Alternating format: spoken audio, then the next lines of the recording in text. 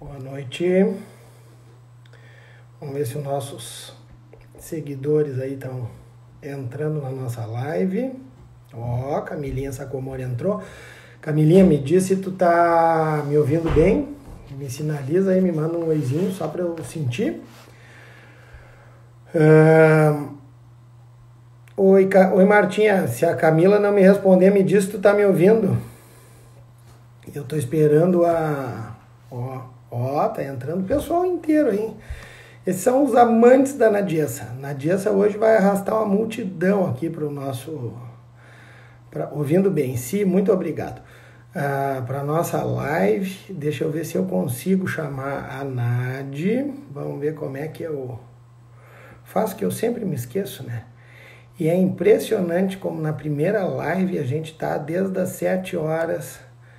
A gente tá... Ó, vamos ver, Nadiessa Almeida.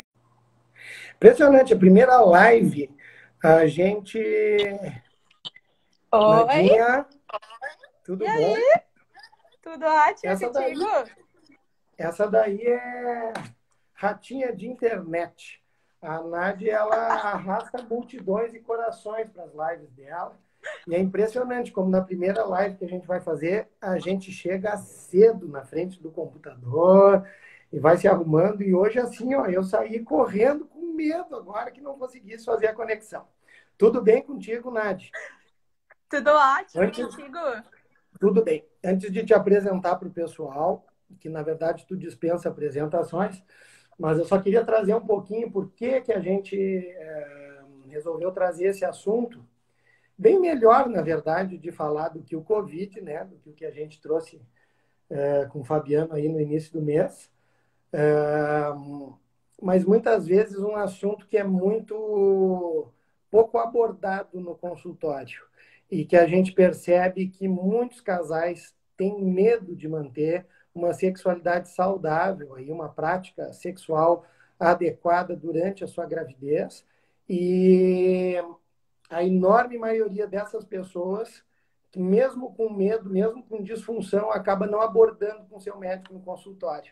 Então, a gente resolveu trazer uma super especialista aí no assunto, que já fez várias lives próprias sobre sexualidade, e eu quero apresentar para todo mundo a doutora Nadiessa Almeida. A Nadi é colega nossa lá da PUC, ela é gineco-obstetra, hoje em dia ela é professora lá da PUC também, e ela está fazendo sua pós-graduação em São Paulo em sexologia. Nadi, boa noite. Bem-vinda à nossa família, ao nosso time, e quero te passar a palavra já para tu introduzir um pouquinho o assunto aí sobre a sexualidade na gravidez, no pós-parto, o que tu vê de problemas, tudo contigo. Comigo, eu que inicio, então. Então, eu quero iniciar falando duas coisas. A primeira, agradecendo o convite, né? Eu estou muito feliz por vários motivos hoje, mas principalmente por dois. O primeiro, por estar aqui com o Edinho, ao vivo. O Edinho é um dos grandes mestres da minha formação e da minha pós-graduação. Então, para mim, é uma honra estar aqui justamente contigo. E, em segundo lugar, parabenizar o NASCE por trazer esse assunto. Nós não falamos sobre sexo e quando nós falamos de maneira errada. Então, a gente poder trazer o assunto sexualidade, ainda mais na gestação, né? Que é um momento que só se pensa no nenê. Então, a sexualidade e a individualidade do casal é um assunto que a gente tem que falar. Então, parabéns para o NASCE e parabéns para ti por terem trazido esse assunto para a gente conversar hoje. Eu queria introduzir falando o seguinte: a gente tem um termo que é usado em alguns livros de sexologia, super interessante quando a gente fala de sexo na gestação e no pós-parto, que se chama conspiração silenciosa, onde a paciente não fala nada e o obstetra não pergunta. Porque tem tanta coisa para falar na consulta de pré-natal, né? Tu tem que orientar exames, ecografia, exercício físico, alimentação, pode pintar o cabelo, não pode. Que a sexualidade acaba ficando de lado, na gaveta, né? E muitas vezes as pacientes levam os parceiros junto na consulta, então o pai do nenê vai junto na consulta e fica aquela vergonha, aquela vontade de perguntar, tá, mas eu posso ter relação? Não posso? Vai encostar no nenezinho? Não vai? quais os casos que a gente tem de contraindicação. Então, isso é super importante pra gente, tá? Tocar no assunto. Então, a minha primeira mensagem, a primeira ideia é: tenham um jogo limpo com os obstetras de vocês, com os obstetras, psicólogos, psicólogas, físios.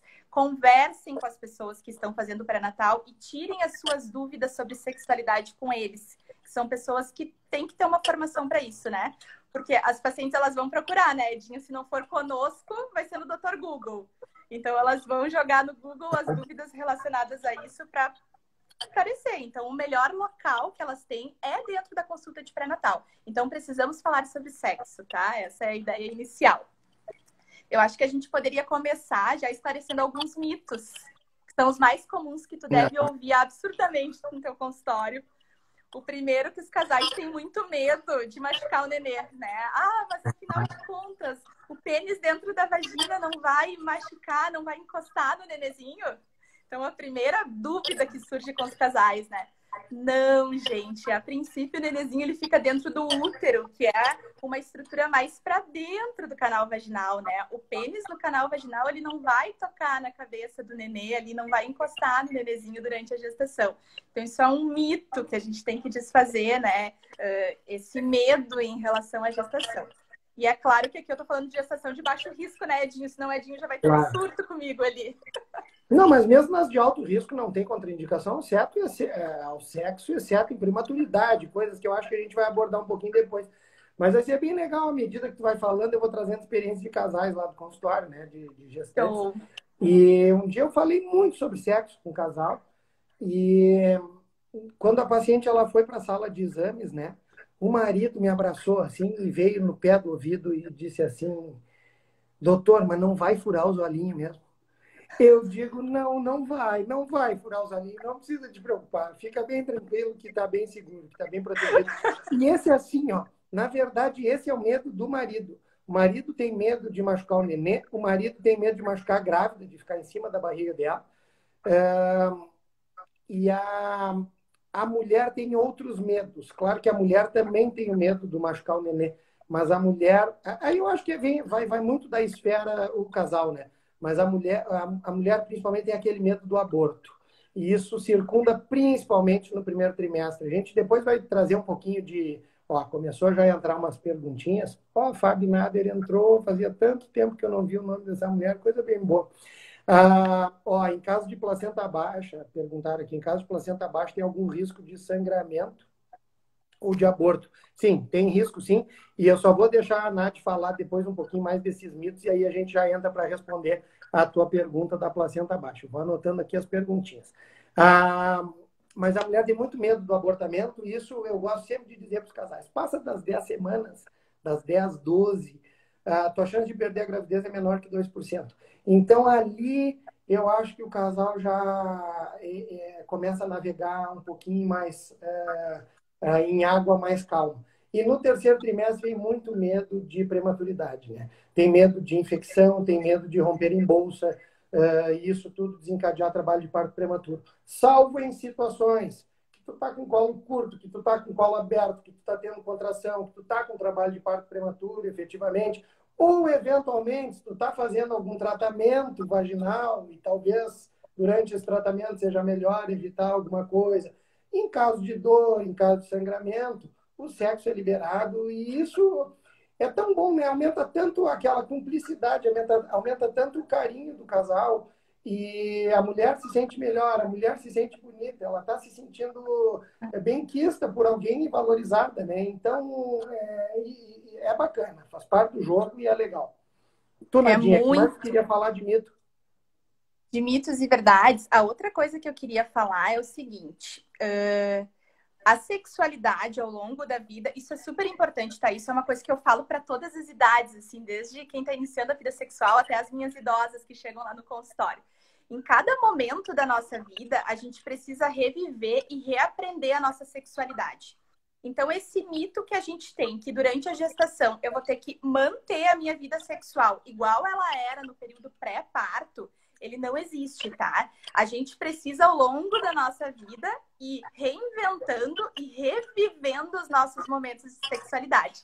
Então, na gestação, as coisas vão ser diferentes. Talvez a gente tenha que adaptar uma posição diferente do que a gente fazia antes. Talvez a gente não tenha relação com tanta frequência como a gente tinha antes.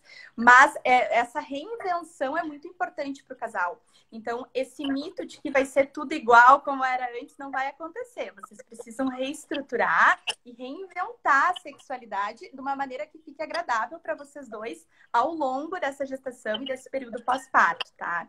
Então, isso é super importante.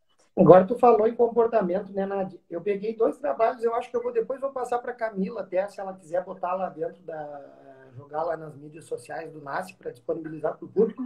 São trabalhos médicos, mas como fala de sexo, né, eu acho que todo mundo consegue entender.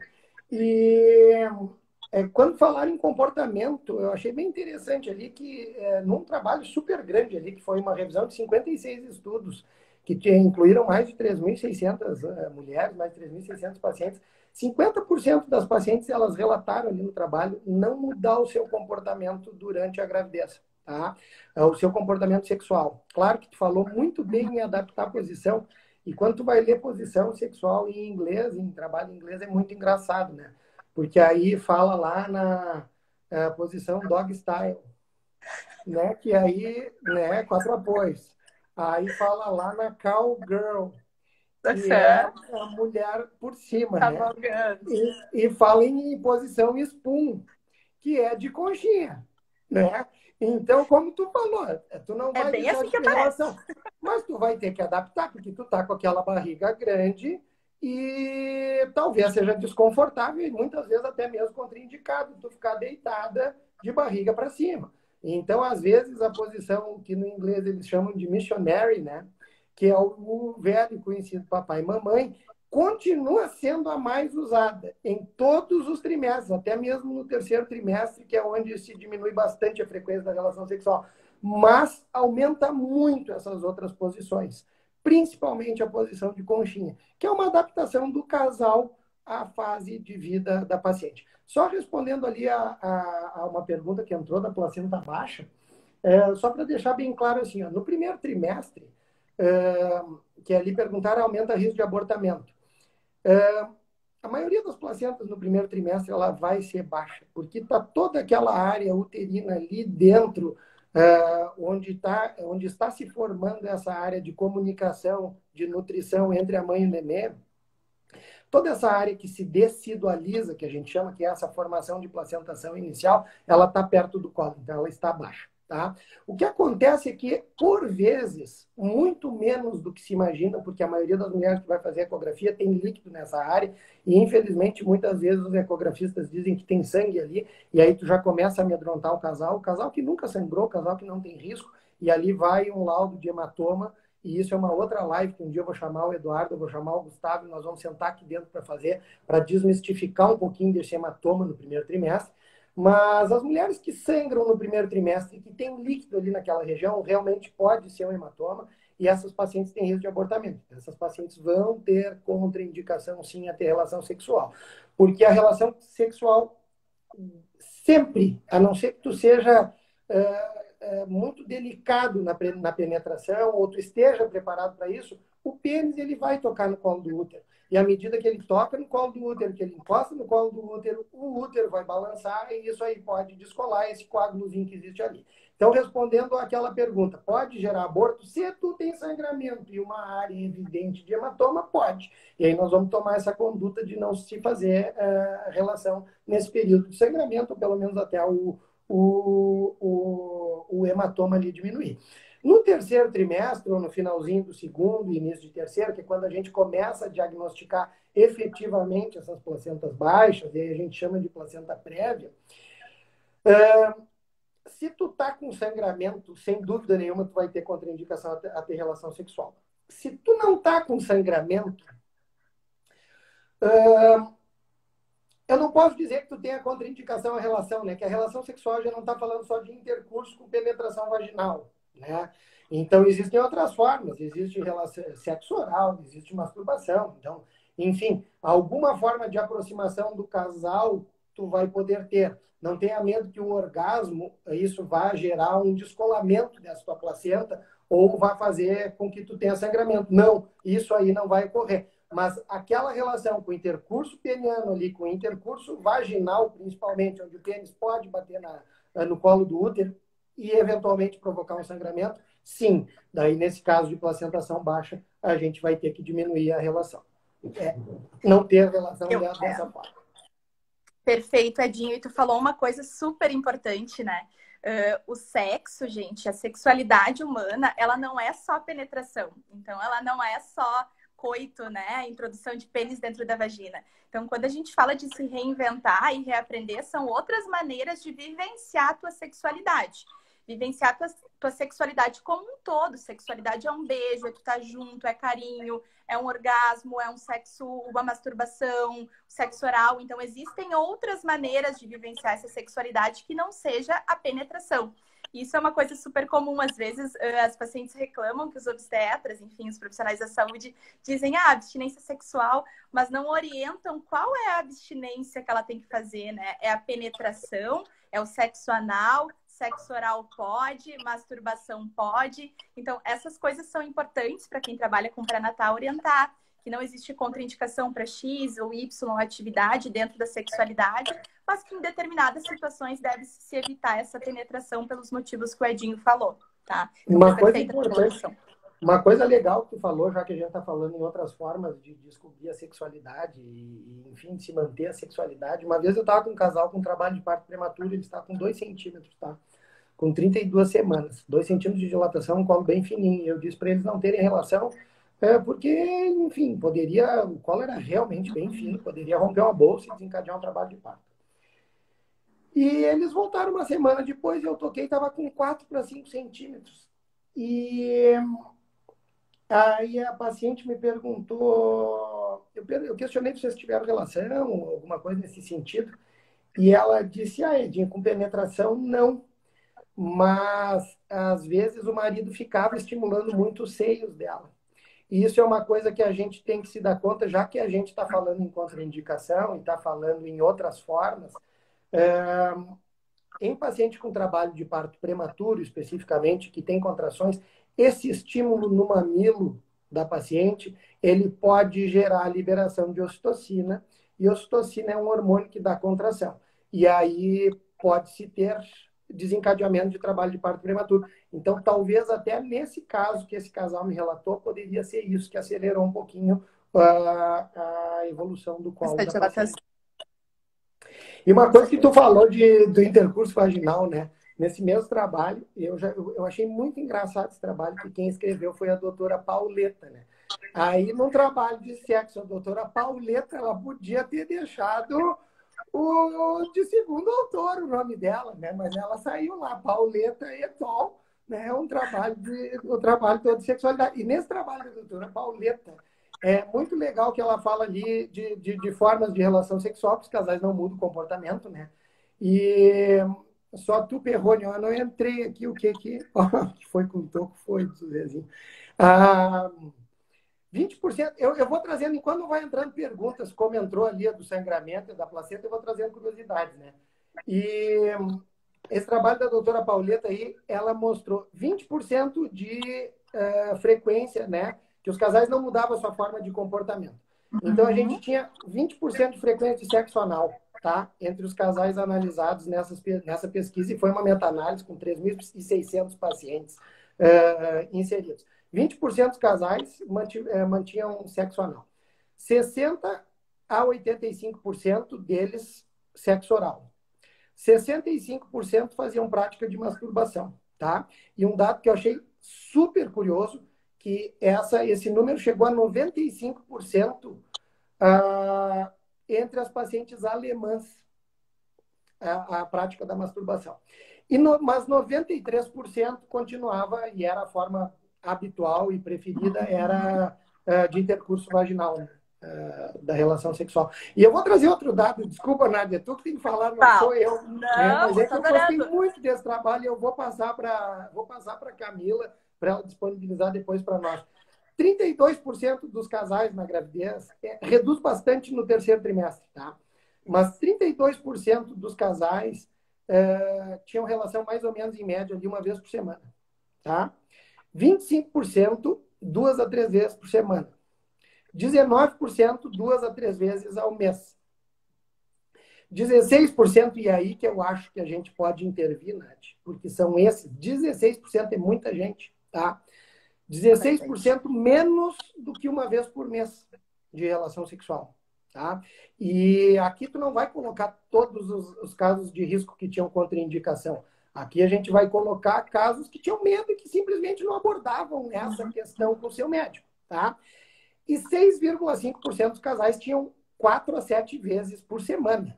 Então, esses daí estavam voando. Né? Estavam bem. Pesquisa, estavam bem. Nessa pesquisa da doutora Pauleta. Que mais, Nadinha? Tu sabe que eu sempre digo, né? A sexualidade feminina, ela foi deixada de lado por muito tempo. A gente não falava sobre sexo e uma mulher falando sobre sexo, então, era um absurdo, né? A sexualidade por muito tempo foi uma coisa muito relacionada aos homens. A gente começou a estudar a sexualidade feminina não faz tanto tempo, né? E os estudos estão começando a aparecer. Então, a gente não tem tanta coisa de evidência, mas eu acredito que a partir de agora ela só vai. Do ano passado, a gente tem vários estudos interessantes que surgiram em 2019. A gente tem uma revisão sistemática que foi publicada ano passado em relação a isso, avaliando o risco de desencadear trabalho de parto por relação sexual. Porque se a gente está pensando que talvez ter relação possa ter algum risco com parto prematuro, o que eles pensaram? Vamos pegar as pacientes com gestação a termo e vamos ver se elas transando, de repente a gente vai induzir o parto. O paciente está lá com 39 semanas, tu diz, vai ter relação, vamos ver se teu filho vai nascer por tu ter tido relação sexual. E eles chegaram à conclusão que nessa população de baixo risco com nenenzinho a termo, não se identificou uma diferença. Ou seja, não aumentaria a chance nessas pacientes de desencadearem um trabalho de parto por causa da relação sexual. Então, isso é um dado científico, né, que nos tranquiliza em poder dizer para a paciente, pode ter tua relação ali, se está tudo bem na tua gestação, teu parto é um parto de baixo risco, tua gestação é baixo risco, não tem contraindicação nenhuma se tu tiver vontade de ter a tua relação sexual, né? Não vai aumentar essa chance para o teu nenê, exceto em situações especiais, tá?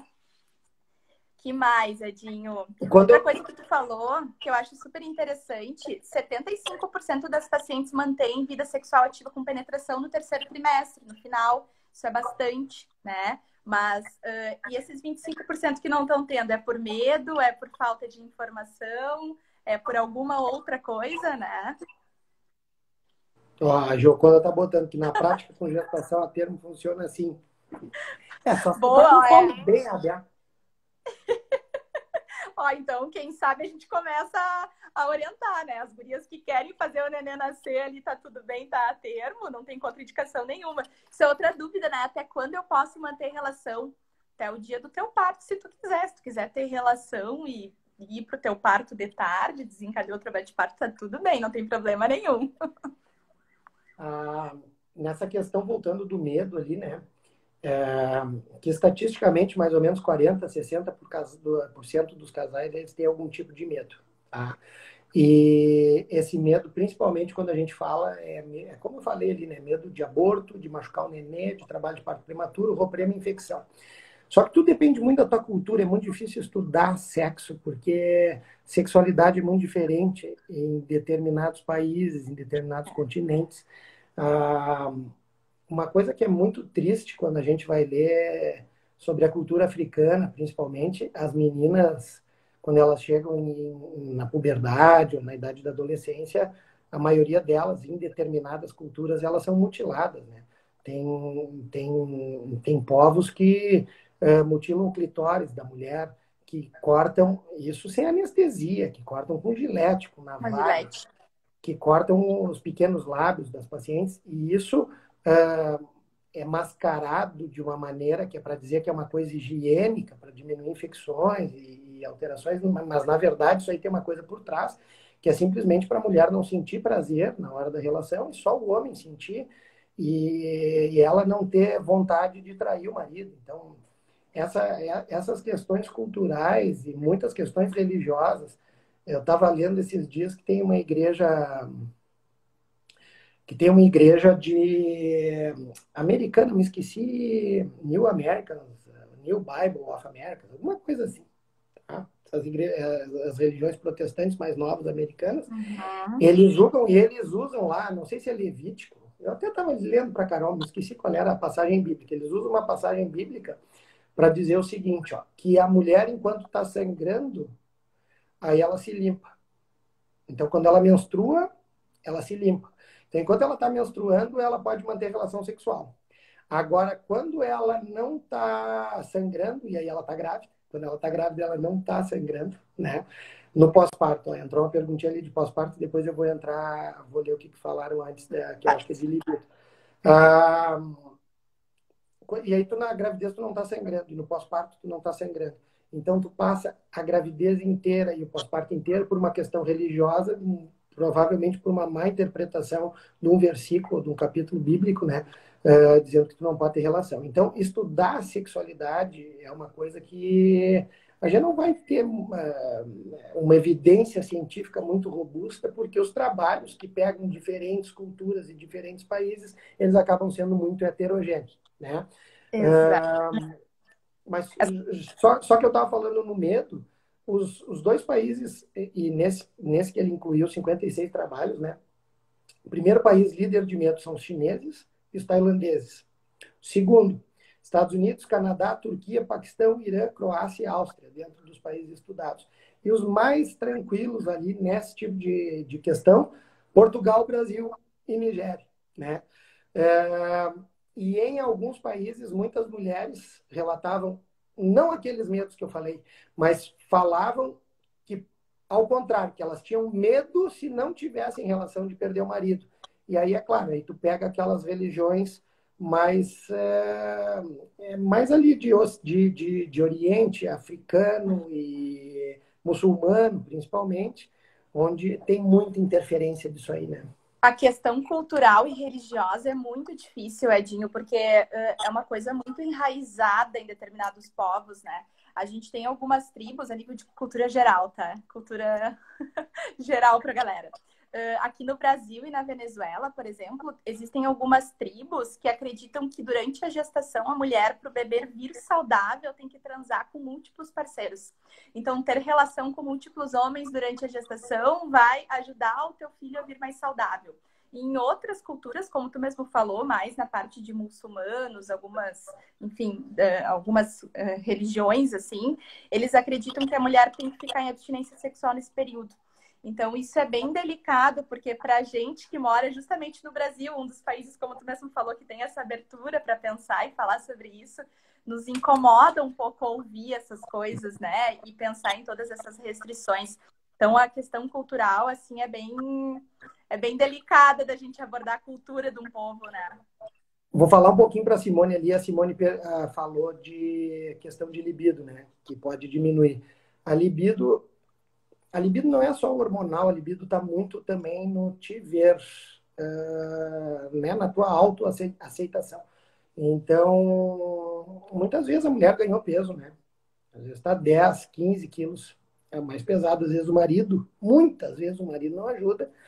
E então acaba não tendo, mas de um ponto de vista hormonal, não tem essa interferência específica da libido, exceto no pós-parto. No pós-parto não tem dúvida nenhuma, pós-parto realmente é o pior período. E aí eu vou entrar com a Nádia depois, até em questão de via de parto, e nós vamos falar em cesárea, nós vamos falar em parto normal, nós vamos falar em incontinência urinária, nós vamos falar em fisioterapia, e o pós-parto a gente é um período mais complicado, tá? Mas no primeiro trimestre, a questão principal acontece assim, que por questão hormonal não interfere na libido, mas a questão hormonal ela vai te dar mais sono, a questão hormonal vai te dar um cansaço, tu vai ter um certo aumento do teu útero, isso aí, tu vai ter uma presença de uma dor, uma cólica constante ali no baixo ventre, que talvez vá te incomodar um pouquinho para ter relação sexual, e o próprio medo de ter a relação com dor e que isso possa causar o abortamento. Tem aquela questão psicológica do medo do abortamento, que é um medo inato da mulher engravidar, e infelizmente 30%, infeliz ou felizmente, se tu for olhar o lado, né, mas 30% das mulheres ao longo da vida elas vão abortar. Então, no primeiro trimestre, e tem os vômitos, e a náusea, e essa constante sensação de mal-estar que te leva no primeiro trimestre a ter um declínio da tua sexualidade, da tua função sexual predominantemente. E nesses trabalhos, esses estudos populacionais, eles mostram mais ou menos que as grávidas têm mais ou menos 4 vezes por mês o número de relações sexuais no primeiro trimestre, tá? E é bem interessante um trabalho que mostrou assim, ó, que grávida que não diagnosticou a gravidez tem mais relação do que a grávida que diagnosticou. Então, obviamente, mostra que tem a influência psicológica em tu evitar um pouquinho, tá? No segundo trimestre, é como eu sempre gosto de dizer para todas as grávidas, aproveita agora, dá o gás, agora com a gravidez ela vai fluir maravilhosamente bem, tu vai ter pouco sintoma, tu vai estar de bem com a vida, então vai. Então, nessa fase, tu tem menos sintoma, tu tem um bem-estar maior, tu tem uma autoconfiança maior, que já passou aquela fase do aborto, tu não vai mais perder, então tu é super poderosa, né? Tu é a Mulher Maravilha, e A isso barriguinha tá aparecendo. favorece muito a ssexualidade. Então, no segundo, tu tem uma maior, além de tudo, daí falando fisiologicamente, tu tem uma vascularização do teu órgão genital interno, interno e externo, tu tem uma lubrificação vaginal muito maior, então é um período muito mais propício a ter relação e ao prazer, tá? Então, tu tem mais ou menos ali uma média de 8 vezes por mês, ao passo que no primeiro trimestre tu tinha 4. E no terceiro trimestre, daí sim, aí tu tem um excesso de cortisol que te deixa alerta o tempo inteiro, tu não dorme de noite, tu passa o dia inteiro cansado, tu tem uma dor constante na tua pelve, no teu quadril e na tua barriga, e aí tu começa a ter aquela questão psicológica de novo, do medo da prematuridade, da infecção, aquelas coisas que a gente abordou, e isso realmente cai a frequência da relação para 2 a 4 vezes por mês. É mais ou menos essa média que a gente vê, tá? E depois nós vamos entrar um pouquinho em pós-parto. Quer falar mais alguma coisinha, Nath? Quero, não, isso que tu falou foi perfeito, viu? Essa é uma queixa super comum que a gente vê, né? E os maridos, eles vão junto na consulta, eles perguntam, doutora, deve te perguntar também, mas e aquela oscilação que tem de hormônio e de libido durante a gestação, de desejo, né? Quando é que vai aumentar? Então, não existe uma regra, né? Cada mulher vai responder de uma maneira diferente, mas de uma maneira geral, quando a gente avalia, assim, o primeiro trimestre é mais sintomático, bem como tu falou, então restringe um pouquinho. O terceiro tem todas as modificações orgânicas que estão a 1000 ali, então atrapalha um pouquinho mais. E o segundo trimestre realmente é o preferido, assim, que aumenta um pouquinho mais essa parte do desejo. Deixa eu só abrir mais uma curiosidade. Eu falei libido, a gente usa muito a palavra libido, né? Libido a gente pode usar para várias outras coisas, não só para desejo sexual. Libido foi uma das palavras mais procuradas, eu adoro falar isso no Google. E o motivo, né? Depois daquela confusão que deu com o Neymar lá, tu deve lembrar, que usou uma palavra libido e ninguém sabia o que era, ninguém não, muita gente. Foi uma das palavras mais procuradas no Google aquele ano. Então, as pessoas, elas estão procurando um pouco mais sobre sexualidade, estão aprendendo mais sobre sexualidade. Então, isso é super importante, tá? Então, o desejo... E outra coisa que eu sempre digo, é super importante, em relação à resposta sexual que a gente ia falar. Desejo sexual em gestante e em paciente pós-parto, gente, é diferente, tá? Por quê? Assim como as mulheres que estão em relacionamentos estáveis, e isso muita gente não sabe. Quando eu tô iniciando um relacionamento novo, eu tô com um parceiro novo, tô conhecendo alguém, tudo é novidade, né? Então a gente fica com o nosso desejo lá em cima. Nós, mulheres, a nossa resposta sexual ela é diferente da resposta sexual dos homens. Então, quando a gente está em relacionamentos mais longos, o nosso desejo espontâneo, ele não é tão elevado como ele era lá no início. E a gente muda um pouquinho essa chave do desejo para um desejo que a gente chama de desejo responsivo. Então, o meu parceiro, a minha parceria me estimula e o meu desejo vem junto com a excitação. E muitas vezes na gestante e no pós-parto, quando a gente entrar ali, eu vou falar bastante sobre isso. Isso é super importante, porque eu preciso pensar sobre sexo, programar coisas relacionadas a sexo para eu poder aumentar a minha possibilidade do meu desejo vir, tá? Então, isso é super importante, que a gente fica ali sentado esperando. Ai, quando é que o meu desejo vai vir agora na gestação e no pós-parto? Às vezes é importante esse estímulo, esse pensar, esse programar a tua sexualidade, tá?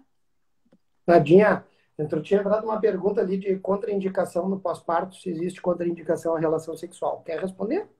Posso responder. Então, assim, ó, o período pós-parto, essas primeiras semanas, né, depois do nascimento do nenê, são uma semana de demanda muito grande para a mulher, tanto física, psicológica. O teu corpo ele está se recuperando e ele está voltando ao período pré-gravídico. Isso não acontece de uma hora para outra, isso acontece aos pouquinhos, né? Então, a gente precisa dar um tempinho para o nosso corpo se organizar e a região genital ali, que é o local que a gente vai ter uma penetração, um estímulo, voltar às condições, pelo menos possíveis, de eu ter uma relação sexual. Então, por exemplo, se eu tive uma laceração, que é um corte que acontece espontaneamente ali durante a passagem do bebê na vagina, ou se houve necessidade de fazer uma episiotomia, que é o cortezinho que muitas vezes é preciso, tá? A gente não faz mais de rotina, mas em alguns casos tem indicação. Nesses casos, vai haver um processo de cicatrização ali na vagina. Então, não é legal tu tá com os pontos, tu tá com dor, tu tá com um processo de cicatrização, simplesmente tu ter uma relação, né? Tu vai sentir dor, tu vai sentir desconforto, tu pode abrir os pontos. Então, normalmente, a gente dá um período para as pacientes nesse pós-parto para cicatrização e para o retorno ali de toda a funcionalidade do teu assoalho pélvico, tá? Sem falar de atrofia, né? Que às vezes fica um pouquinho mais ressecado por questão hormonal, um pouquinho mais sensível. Então, existem várias coisas que a gente pode fazer para melhorar isso, né? A gente pode usar cremes, lubrificantes, hidratantes. Então, isso tem que ser discutido com os obstetras de vocês, tá? Para poder dar esse conforto quando houver retorno. Mas as contraindicações, sim, nessas primeiras semanas, primeiros dias posterior ao parto, é importante a gente dar esse tempinho para reestruturar ali o nosso assoalho pélvico.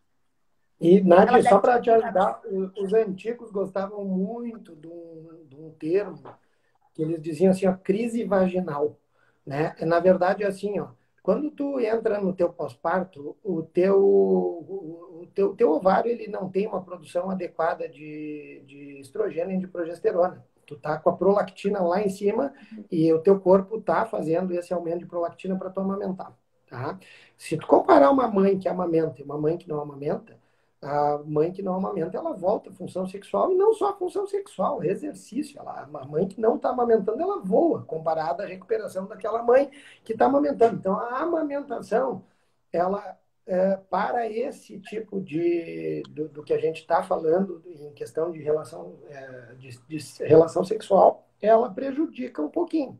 Porque a prolactina é elevada, ela vai fazer com que tu não tenha os teus estrógenos, os teus hormônios sexuais, os teus esteroides sexuais. E é isso que dá o trofismo na vagina, é isso que dá o turgor na vagina, né? Então, nos primeiros 30 dias, entre 30 e 40 dias, tu tem essa crise vaginal, tu tem a celularidade da vagina toda modificada, tá?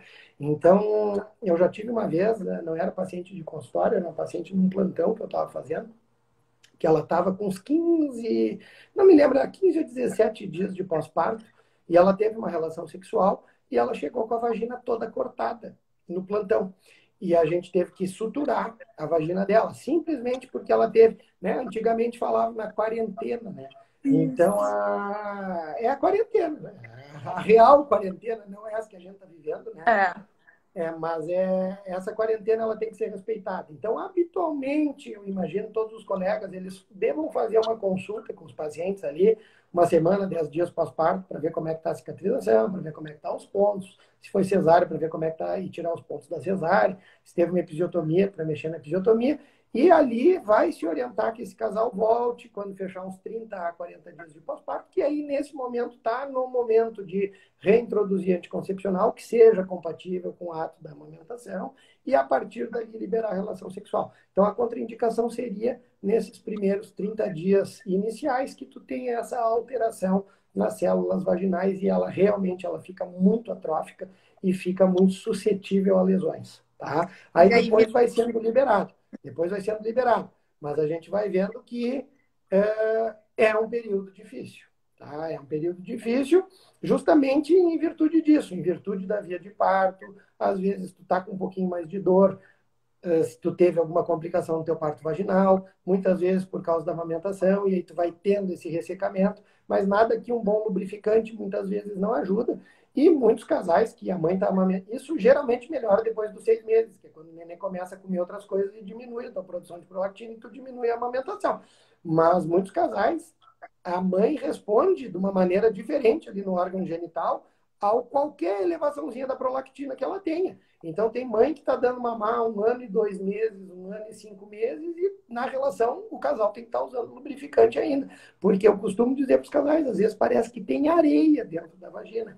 por ressecamento mesmo. E às vezes não é ressecamento só por falta de lubrificação, mas simplesmente por uma celularidade, por um turgor vaginal que está diminuído por causa do período. E isso é super importante, né? A relação sexual, ela é para ser uma coisa prazerosa, ela é para ser um momento de amor ali do casal, ainda mais o casal que teve um nenê, né? Vocês estão construindo uma família, então vocês estão reestruturando vínculos, assim, que são vínculos eternos, né? Ter um filho é um vínculo eterno com uma pessoa. Então, é um momento que não é para ser doloroso, que não é para ser ruim. Então, esses cuidados de ter a lubrificação adequada, ter certeza que a tua revisão foi bem feita, que tá tudo bem ali em relação ao assoalho pélvico, que não tem nenhum ponto que vai te machucar, que ficou algum fio residual. Então, essas coisas, elas têm que ser avaliadas. Por isso, a importância dessa consulta de revisão antes da gente retomar essa vida sexual de penetração, né? Quando a gente fala de coito, pênis, vagina. Então, isso é fundamental. Pode falar. Quer falar um pouquinho de via de parto normal, de parto cesáreo, se tem interferência? Podemos falar. Sim. A gente tem estudos... De dor, sim. A gente tem estudos sobre isso, tá? Em termos práticos, já vou dar o spoiler final, a gente não escolhe via de parto para prevenir função sexual no pós-parto. Isso não existe, tá? O que acontece é um mito muito grande das pacientes, uma dúvida muito forte em relação à passagem do bebê pelo canal vaginal. Será que o nenê passando pela minha vagina não vai alargar a minha vagina e isso vai piorar a minha relação sexual depois? Então, assim, gente, o nenezinho ele passa, a vagina ela é elástica, né? Nossa musculatura ela é elástica. Se ele passar e não houver nenhuma laceração, não machucou nada, isso sempre vai propiciar um retorno mais breve, né, Edinho? A gente sabe que partos sem laceração, as pacientes vão ter relação um pouquinho antes, são associados a menos dor, tudo isso. Entretanto, quando tem alguma laceração, ocorre processo de cicatrização ali. Então, vai cicatrizar e talvez demore um pouquinho mais para te voltar, talvez a tua dor fique um pouquinho alterada, isso sim. Mas isso não contraindica que depois tu retorne e que fique igual como se fosse antes, tá? O que a gente tem de auxílio em relação a isso é a fisioterapia no pós-parto. A gente já tem estudo para isso também. A fisioterapia no período pós-parto, ela parece melhorar scores sexuais em alguns estudos. O que significa isso? Lubrificação, excitação, orgasmo. Então, trabalhar aquela musculatura do assoalho pélvico pode melhorar a tua função sexual no período pós-parto. Então, isso é super importante. Esse dado a gente não tem para gestação, né? A gestação não é tão estabelecida em questão de função sexual. Faltam estudos, então os estudiosos, aqui tem muita gente científica, é um baita trabalho a gente avaliar, né? Função de assoalho pélvico durante a gestação para função sexual, mas no período pós-parto a gente já tem estudos que sugiram que tem esse benefício. Enquanto vai surgindo pergunta ali, isso é uma coisa que eu queria bater muito, porque você sabe que fisioterapia pélvica, e eu mandei para a Keila hoje um trabalho com 10...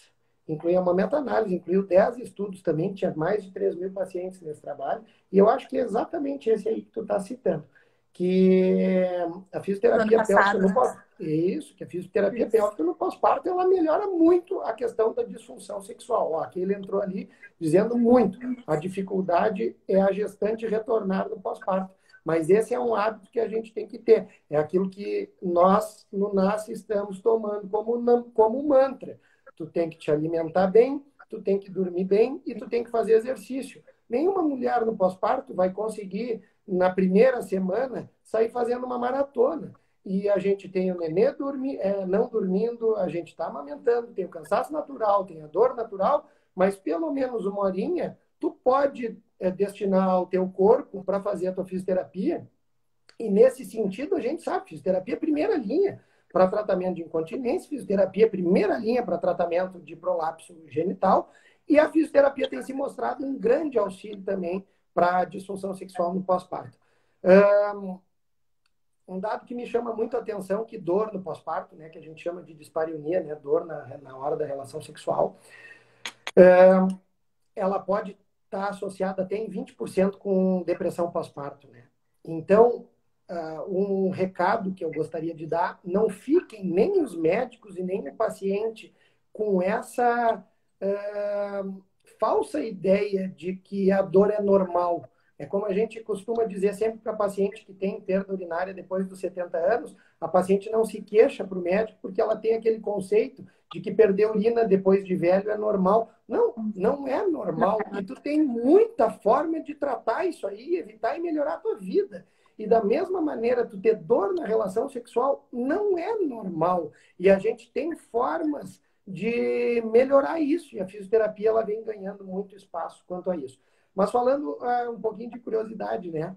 Quando a gente estava falando, como eu falei da gravidez, só falar no pós-parto também, 50 a 60% dos casais eles já têm retorno da sua relação sexual entre 6 e 8 semanas, tá? E esse número já chega a 90% quando a gente está passando de 12 semanas. 12 semanas é 3 meses, né? 3 meses. Então, 3 meses, quase 100% dos casais já reintroduziu a relação.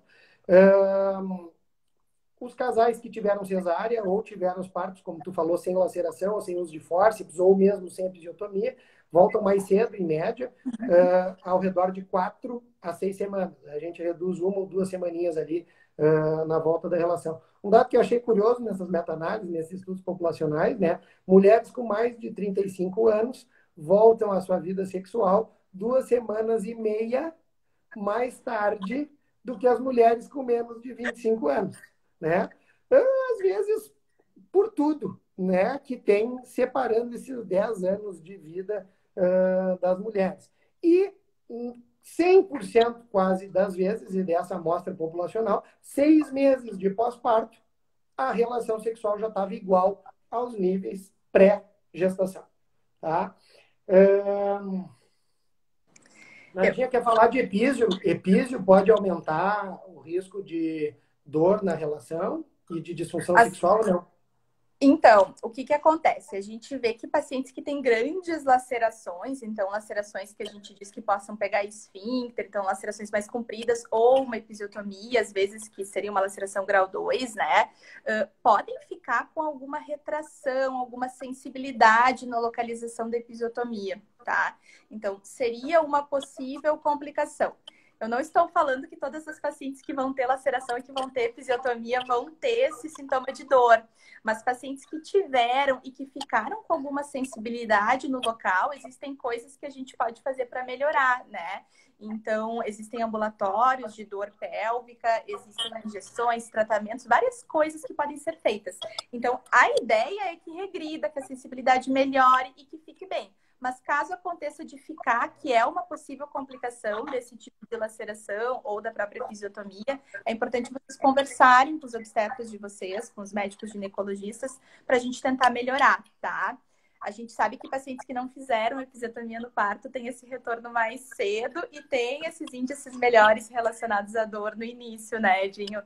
Mas a longo prazo não é uma coisa que vá modificar absurdamente a vida da paciente.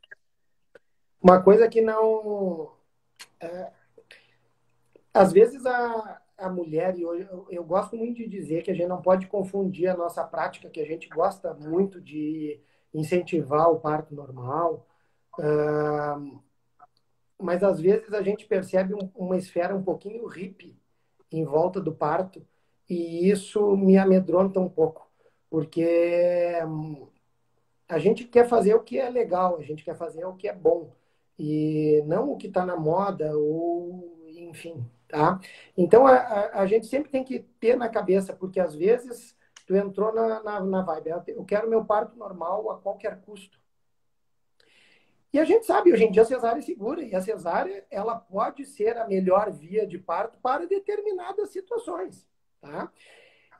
E não estou fazendo apologia à cesárea, defendendo a cesárea, mas eu quero chegar num ponto que muitas vezes tu quer porque quer o teu parto vaginal, só que tu tem que lembrar, porque a gente olha muitas casuísticas e às vezes a gente olha muito lixo que tem na internet e às vezes a gente se depara com trabalhos mal feitos e mal apresentados que mostraram casuísticas de 500 mulheres que tiveram parto normal e não tiveram nenhum tipo de laceração na sua vagina. Isso é mentira. Mentira. É mentira. E isso é apresentado por pessoas formadoras de opinião e pessoas que até muito pouco tempo atrás estavam dentro do Ministério da Saúde.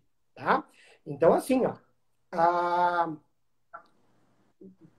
Laceração de terceiro, quarto grau, que é a laceração de esfíncter anal, ou laceração de reto, para quem não sabe, tá? São as lacerações mais graves que a gente tem na hora do parto. Na Europa, a gente tem casuística de que elas podem ocorrer em até 3 a 4% de todos os partos, tá? A Nádia pode me corrigir, porque a Nádia é super especialista nesse tema, tá? E a gente chega até números de 20% de lacerações de terceiro grau em casuísticas americanas. Então, quem vai para o parto, e a gente vai estimular e vai preparar o paciente para isso, tem que saber que pode ocorrer lesão do ânus. Os pacientes têm que ir para o parto sabendo que, em 2008, a gente fazia mais ou menos 60%, 70% de episiotomias. Em 2018, a gente estava fazendo mais ou menos ao redor de 20% de episiotomias. Em janeiro de 2019, a gente faz entre 10% e 15% de episiotomia. Baixar desse número a gente não deve, porque vai aumentar muito as lesões de terceiro e quarto grau. E são essas lesões as principais causas de disfunção sexual no pós-parto. Porque tem incontinência fecal, tem eliminação de flatos, tem mesmo incontinência urinária também associado, não especificamente a essas lesões, mas também a partos instrumentados, tá? Então, a gente tem que ir para o parto. O parto ele tem muitos benefícios para a mãe e para o bebê sobre a cesárea, mas a gente tem que saber que essas coisas, eventualmente, no transcorrer do parto normal, pode acontecer. E tu ter tido uma lesão de terceiro ou quarto grau reduz em até 5 vezes a tua atividade sexual, tá? Outra coisa, para quem não sabe, episiotomia. Em alguns países europeus, que são os mais conservadores, a taxa de episiotomia ela é menor do que 10%, mas ela existe. E existem países que, culturalmente, como a Tailândia, por exemplo, se chega a um índice de 100% de episiotomia.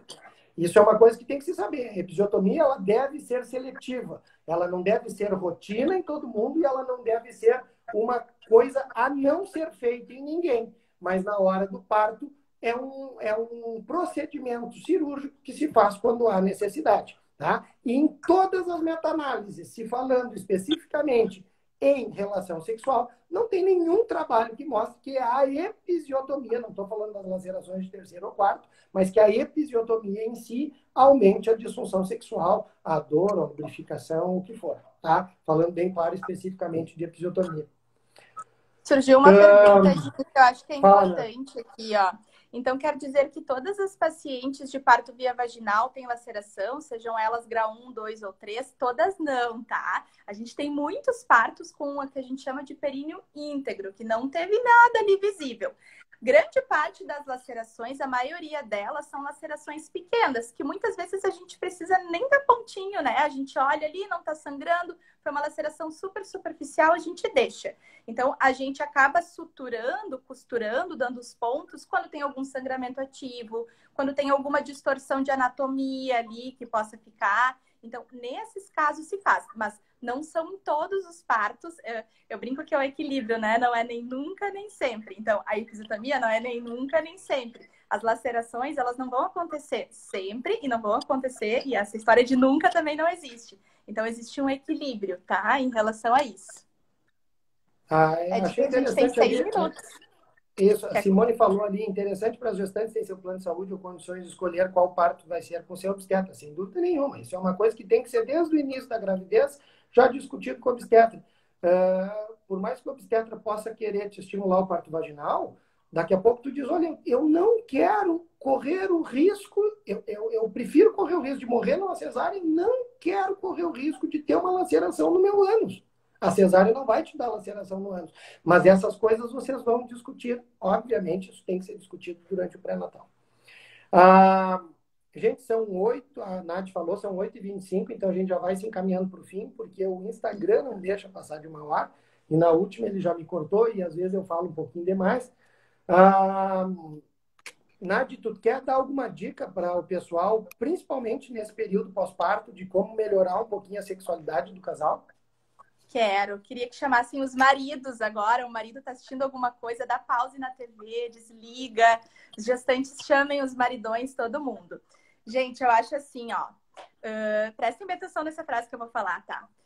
para as mulheres, para as gestantes e para as pacientes pós-parto. Não existe nada mais afrodisíaco do que um marido parceiro, tá? Que vá te tratar bem, que seja carinhoso nesse período, que te ajude com a divisão das tarefas da tua casa. Não existe nada mais afrodisíaco do que um café na cama, do que um carinho nesse momento que a mulher está precisando. A mulher, ela está sensível, ela passou por todas as modificações orgânicas, psicológicas, hormonais de uma gestação. Então, ter um companheiro parceiro nesse momento para a mulher e para vivenciar sua sexualidade como um todo, né? Com o gigantismo que a sexualidade tem na vida de uma mulher.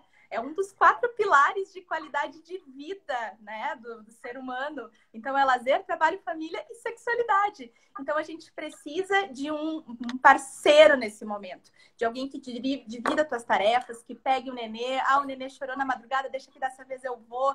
Então, essa divisão de tarefas, esse carinho para a mulher e para poder vivenciar a sua sexualidade nesse período é fundamental. Então, papais, sejam parceiros e sejam um auxílio para as mães nesse momento. Essa é a minha mensagem final, é a minha melhor dica. Melhor que qualquer outra coisa afrodisíaca, digamos assim. Mas só para dar uma diquinha orgânica, né? Lubrificante, gente, nesse período de amamentação, ele pode fazer muita diferença na relação sexual do casal, tá? Porque é uma fase que essa questão vaginal, ela pode não prejudicar só a mulher, ela pode prejudicar o homem também, que vai ter muito atrito na relação, isso principalmente nos primeiros 6 meses, e depois melhora. Eu só vou responder 2 perguntas que entraram no final ali, que a gente tem 3 minutinhos. A Josiane perguntou se as lacerações são imprevisíveis. Elas são imprevisíveis, tá? Infelizmente, elas são. Eu acho que quem descobrir como prevenir prevenir a gente tem como.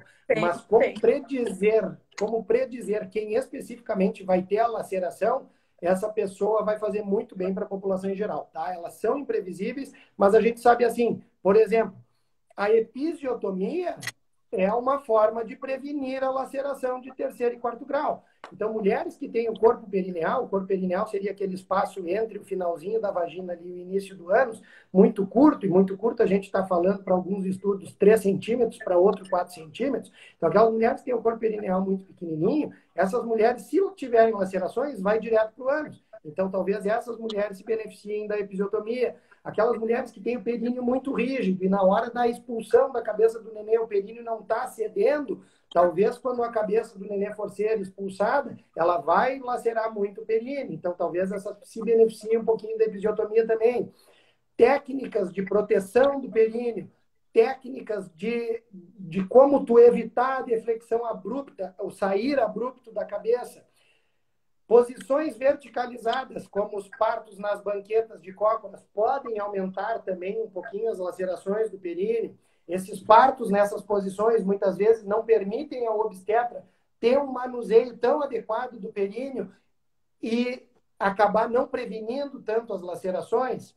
Trabalhos que hoje em dia se estudam de colocar compressas quentes no períneo das pacientes durante o seu trabalho de parto, para relaxar a musculatura perineal, deixar essa musculatura mais elástica, e isso talvez diminuir o número de lacerações. Então, isso se estuda muito, mas 100% como eu prever aquela que vai ter a laceração, infelizmente a gente não tem, tá? E uma última pergunta que chegou ali, que são quais são as possibilidades da paciente escolher no SUS. Eu vou te responder assim, ó, no SUS existe uma prática médica muitas vezes maravilhosa e que em muitos hospitais privados a gente não tem o número de partos normais que a gente tem no SUS. No SUS a gente chega a ter números entre 60% e 80% de partos vaginais nos pacientes. E hospitais escola, hospitais de nível terciário, que atendem pacientes de mais alto risco, eles acabam oscilando numa taxa de mais ou menos 30% cesariana. E isso, em nível de Organização Mundial da Saúde, é um número totalmente super aceito, tá? A possibilidade da paciente chegar com um plano de parto no SUS para pedir as suas técnicas normais para parto normal está cada vez mais sendo aceita em todos os diferentes centros. Então, mesmo no SUS, a paciente tem esse direito e esse benefício. A questão da cesárea, por ser um procedimento cirúrgico médico, isso talvez é uma questão que mereça mais discussão E, infelizmente, uma deputada fez uma lei de que a paciente poderia escolher cesárea e eu, particularmente, não concordo com isso. Só que faltam 20 segundos para acabar a live e a gente não vai conseguir discutir isso agora. Gente, eu agradeço a presença de todo mundo. Foram 100 espectadores aí até o final. Nadinha, agradeço muito por Foi ter estado com a ótimo. gente. Manda um tchau para a galera em 5 segundos. Gente, vamos pensar e falar sobre sexualidade, tá? 4 pilares da qualidade